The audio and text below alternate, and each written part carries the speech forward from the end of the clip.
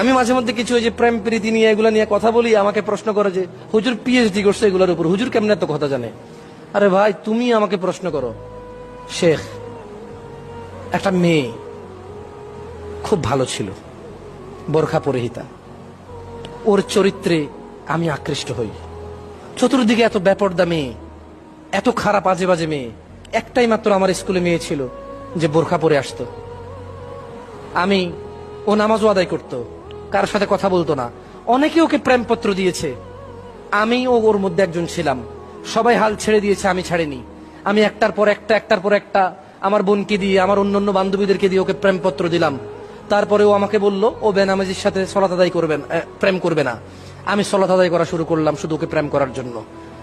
ইন্নামাল আমালু বিন্নিয়াত হাদিসের মধ্যে যে আছে যে হিজরত করলো কোন মহিলাকে পেতে, আর যে হিজরত করলো আল্লাহকে পেতে, সে তাই পাবে যা সে নিয়ত করলো। দেখেন